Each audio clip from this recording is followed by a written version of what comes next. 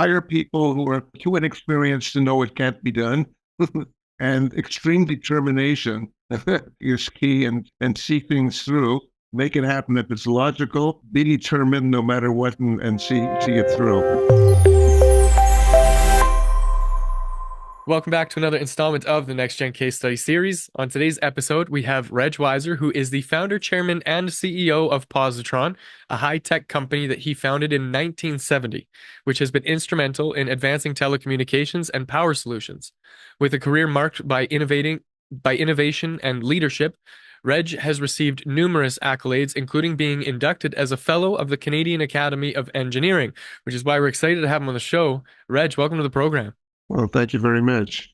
I'm really excited to kind of dig into some of the history of the work that you've done. It seems like you've had a significant impact on the way that we all kind of live and communicate together here. But before we jump into that, Reg, I'd love to just, in a couple of minutes, just get a background on who you are, where you came from, and how you landed as the founder, chairman, and CEO of Positron.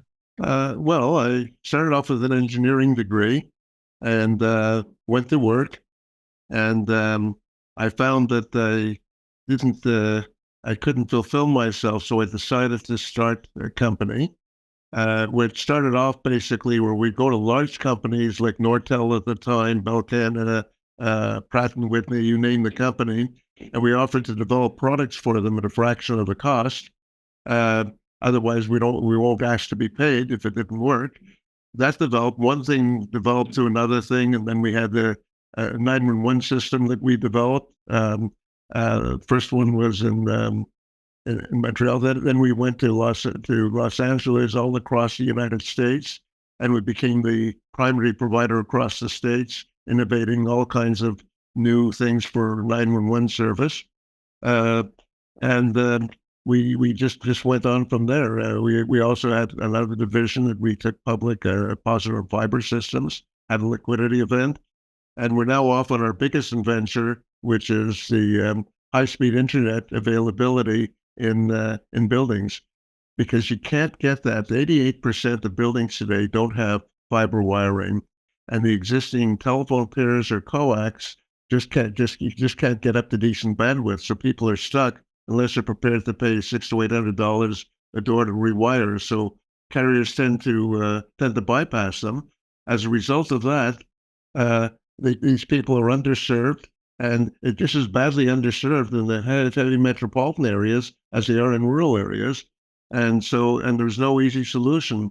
So we came up with a product that enables you to get these high bandwidths over the existing wiring without all this construction disruption and stuff, and enables them to upgrade Wi-Fi systems, all types of things, all types of residential condos, residential business, hotels are an important vertical, underserved, subsidized housing. It's making quite a huge difference, because we can deliver gigabit speeds without getting into asbestos or any construction disruption. So as a result, we're now doing business with over 250 carriers, most of which are in the States. Although we're based in Canada, we only do 5% of our business here.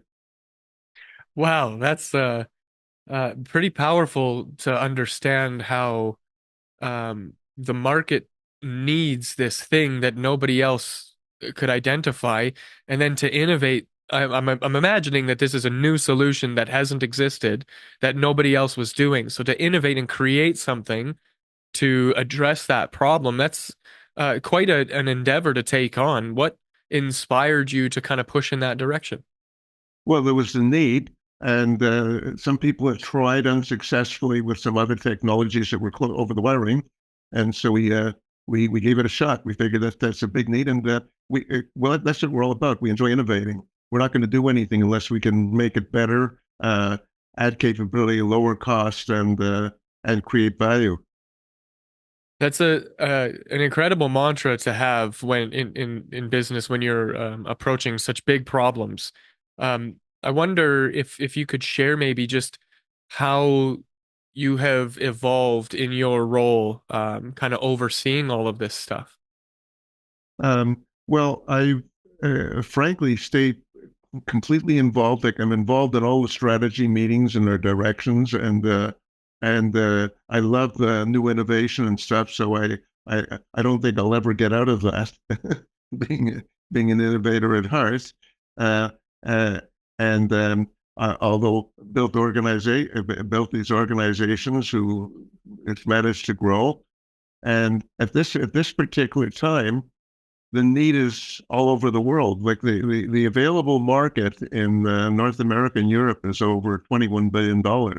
So it's a massive market. It's not adequately served, and it's a great opportunity.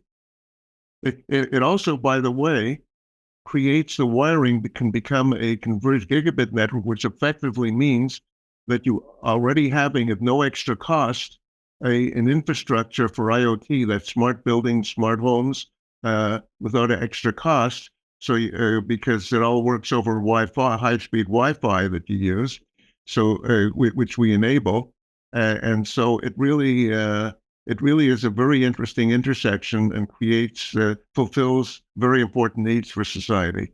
So walk me through your approach then to bringing this to life, because it's one thing to create the product, it's another thing to convince people that they would benefit from it. How did you take on that task? Well, that's always a very difficult task. For example, I have a friend. He was actually the inventor of the word processor. His name was Steve Dorsey, and he had his company. He had a lot of, and when he introduced that, he even tried to go to lawyers who were typing with carbon paper and typewriters and so forth, and we doing copy after copy.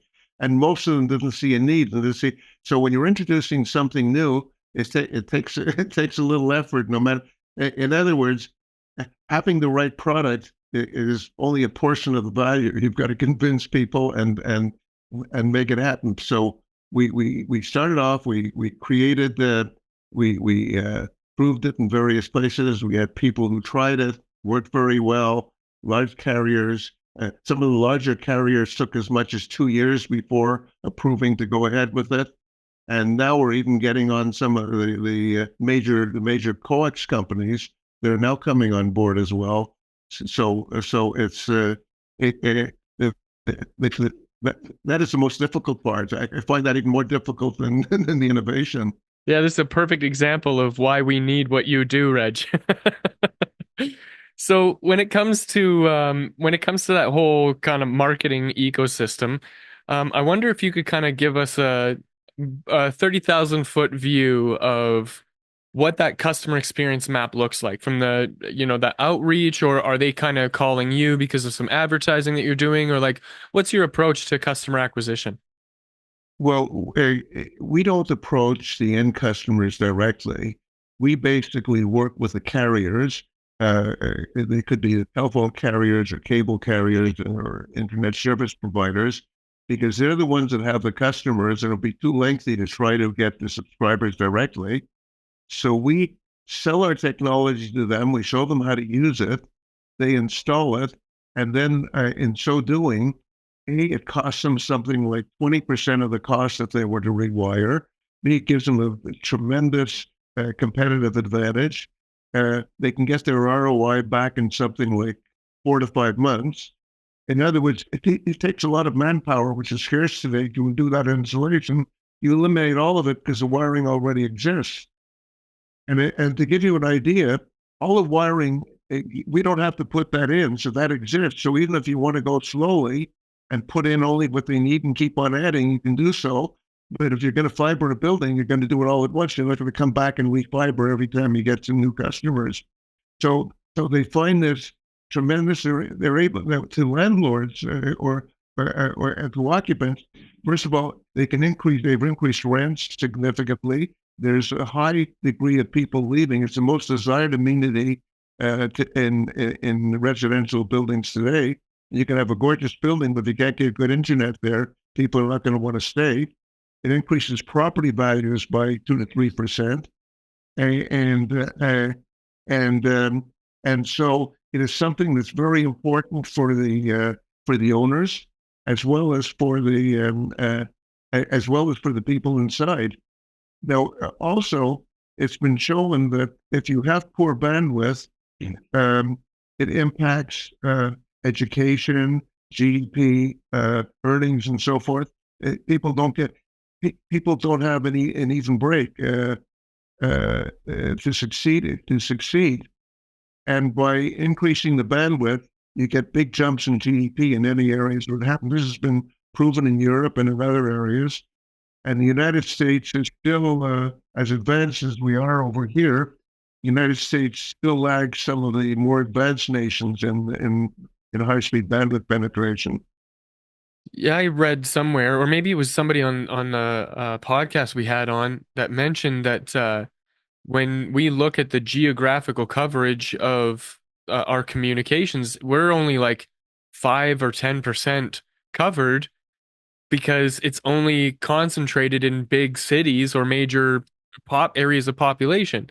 And so there's this huge need to create that connection in places where we don't currently have it. But then also, when you look at those areas of population where there's a dense group of people together, even that still doesn't have the full coverage that it's meant to have, because of resources or because of or poor or old infrastructure or a myriad of other of challenges. So when it comes to connecting with and communicating with that group of people, that's basically just partnerships, relationship building, networking. Is that kind of the approach that I'm picking up on, Reg? Yeah, well, what's happening is the publicity has all been about the rural areas because they've been underserved. So they've been putting a lot of fiber out there uh, to do that. But still, when you have a building, you can easily bring the fiber to the building, or you can bring wireless bandwidth, fixed wireless bandwidth to the building. By the way, 5G doesn't penetrate buildings very well, so that you can't use that in the buildings. Where you can bring it to the building, you still can't distribute it. So even in the metropolitan areas, they're just as underserved as they are in bad rural areas, and they're even a lot of companies are just concentrating on getting fiber to the home, and they don't recognize you bring a fiber to a multi-dwelling unit, as they're called, and when fiber there, and you can connect everyone up at a fraction of the cost. It's far more profitable, and bring that right up. And they ignore it because they consider if they have to wire it up, it's so much work and so much cost, and they have to get such a minimum take rate that these buildings get abandoned. So you get these massive pockets in cities in metropolitan areas. I mean, Chicago has huge clusters, and lots of other cities and counties that it's 25% of the U.S. population lives in multi-dwelling units. That's a massive percentage, and 80%, 88% of which can't get the high bandwidth. So I imagine because of the nature of the approach to acquiring new business, there may be some bottlenecks with some friction in the way that you communicate. I wonder how do you measure your effectiveness when it comes to that approach to marketing? Because I know that you're not the only one, in that space doing those types of activities. So I'm curious to find out, like, how do you determine that what you're doing is on the right track? How do you adjust course? How do you implement new strategies and ideas? How does that all kind of fit together? We take a number of approaches. We, of course, approach and we go to many trade shows, and we participate in many of those, and we outreach programs. We also establish many partnerships. For example, all of the major Wi-Fi vendors, it could be Aruba, it could be Ruckus, it could be Meraki or Cambian, Meraki and Cisco. We've established partnerships with them because if they want to upgrade the Wi-Fi to the latest and greatest in these buildings, they face two hurdles. One hurdle is the cost to upgrade the Wi-Fi, but the other hurdle is you need the background network to do it, and you'd have to rewire the building to get it and find an inexpensive way. So, because we're so cost effective, we create the background network that they can use. And once that network is so, it helps them get business faster, helps propagate there. We also have our other partnerships with some of the fiber product providers like Calix and other fiber equipment vendors. And what happens is that people by integrating with those products, they can control the bandwidth all the way to an apartment uh, through their equipment. And as far as they're concerned, it actually looks like it's a single family home, even though it's going over the telephone pairs or over the coax. And the speed is so fast that as far as that's concerned, you get no jitter, you get no delays because the distance is so short. It's equivalent to it's less than microseconds, which is almost equivalent to as if you had a direct fiber connection. So as far as they're concerned, they're managing a fiber network, even though you've got it can go over any medium in the middle. So it really we also establish other partnerships with the people who provide the radio equipment, the wireless radio equipment that provide radio that can go to the rooftop of buildings. So we also help their business because they can sell that, but you also need a mechanism of being able to deliver it within the building. So these are and the next group of partnerships we're looking at is what we call like the IoT, the smart building, smart homes, because by doing this, we're not only doing that, but without added cost, you also are creating a smart building network that you can put on all your smart devices, be it entry, video, anything else in the building, HVAC controls, fire alarm, whatever you want. Uh, so that's going to be the next group of partnerships we're working for. So that sort of acts as a funnel to further increase our penetration. And what also has happened is that we've gotten some carriers have come on because they saw they've lost business uh, when this technology is used. So they recognize, let's get on with it, and the uh, and so it's I guess it's sort of it grows by itself in that way. Uh, but we have many feeder elements. Right. So is this something that's kind of like a team effort, or is there like a select few people in the organization that you trust to kind of manage that relationship building? Well, we have both sales engineers who help them and salesmen, and they work as a team, and they work with each of these carriers or customers, um, and they work as a team with them, show them how to do it, train them, and we act as a backup for it. Uh, like for example, in the vertical of hospitality. Um, we've gotten like you get major approvals like we have like with Marriott, IHG, Hyatt, like a major chains. But you do that. It's nice to have the approval. But when owners see of those properties see what it does and how important it is, people are paying very high rates in hotels. And when you're paying those kind of dollars, people are used to getting decent internet, particularly business people, not going to want to stay in a place with poor internet. And to be able to offer that, you have to offer the amenities to go with what you're charging. So it's becoming increasingly important. And there are a whole bunch of companies called managed service providers that manage all of this for the hotel chains, and we work closely with them, and we've established partnerships there as well to help them, and they sort of act as a manager, just like the internet service provider provides all the services to who gets internet from them. Um, uh, the managed service providers are the same, and these are the people that are customers. We're standing behind them, helping them get their business, and at the same time growing ourselves. Right. So you got a pretty streamlined system then when it comes to, creating those channels of communication, opening them up, building the relationships, and then inevitably partnering with the people who find your technology advantageous. So I love that um, you have empowered your team to be able to, act on some of that stuff when it comes to like getting out there and doing the right things for the business.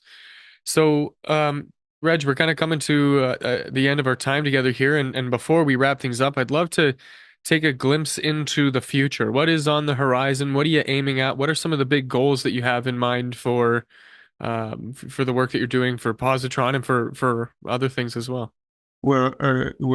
This is this is a bigger one. I expect this to grow very large. Like we've been expanding internationally as well, and the need is equally as relevant there. Like in Europe, 44% of the population is in multi-dwelling buildings. Um, and we're adding more technologies. First, the next thing is a smart building, but we're also adding within our product the ability to act as an edge processor. So people who provide things in buildings, they could be smart building applications, could have a local processor. They park their stuff since they're largely software people, and so we can take care of the hardware element. So that we're just adding and building up a whole chain of value that will help. Uh, I should add one other tool that we've given our salespeople, and that is that we offer people free trials because initially they don't believe that it's possible or feasible. So we let people have free trials, install it, try it, and so forth. And then they get stuff. Hey, it actually does what you say it does. We didn't believe it. And that's a very helpful sales tool. Yeah, putting the product in the hands of the end user is such a simple but effective way to really demonstrate the power of what it is that you've created. And I love that that's a part of the mantra. Well, thank you. And uh, we're looking forward to very significant growth. And some of these larger companies are coming on board with high demands. And there's still a long way. There's a huge marketplace and huge needs. And by the way, the next step we're now doing 1 gigabit symmetrical. And you figure, well, all the wiring, oh, that's done. That's all you can do. Well, the next generation we're coming up with, the same thing will give you 10 gigabit symmetrical that we can deliver in the building over the existing wiring. And so people are worried, oh, let's put in fiber right now, it'll last forever. The fact is, if you get your money back in something like 5 months and make all kinds of revenue, you can buy all the fiber you want outside or do whatever you want. And you've got a long, long way to go before people are going to say we need more bandwidth than 10 gigabits. Well, it's true to your nature, Reg. As you mentioned at the top of the show, you're an innovator. You always will be, and so creating new opportunities is very exciting, and I'm looking forward to some of the stuff that you're bringing out. I know that if it were possible to bring it to my own home, I think that I would be one of the Canadian customers because we suffer with the same problem here, even in just regular residential homes, that they make these promises that you're going to get a certain type of internet, and then you come to find out that actually it's not the case. And so yeah, it's exciting that you're working on addressing and solving that problem. And I think I speak on behalf of everybody when I say thank you. We're excited for that to actually roll out, Reg. To wrap things up here, if we could, I wonder if you had a single piece of advice for other innovators out there who are working on stuff and trying to really have an impact here. What would your advice be to them? Um, two things. One thing, uh, make all decisions based on logic, not because it's irrespective. It's hire people who are too inexperienced to know it can't be done, and and extreme determination is key, and see things through, make it happen if it's logical and the case makes sense. Uh, uh, be determined no matter what, and see it through. Very, very sound advice, Reg. If somebody wanted to reach out to you to pick your brain further or perhaps work with you, what's the best way to do that? It could be by email or phone. My email address is regweiser at positronaccess.com. That's Reg Weiser, spelled like Budweiser, Weiser, at positron, POSITRON.com. Beautiful. We'll make sure to link to all that stuff in the show notes. And for all the rest of you watching and listening, if you wanted to get in touch with me and my team for any of your marketing needs, you can visit nextgengrowth.com. Otherwise, that's it for this episode. Thanks for joining us, and I will see you in the next.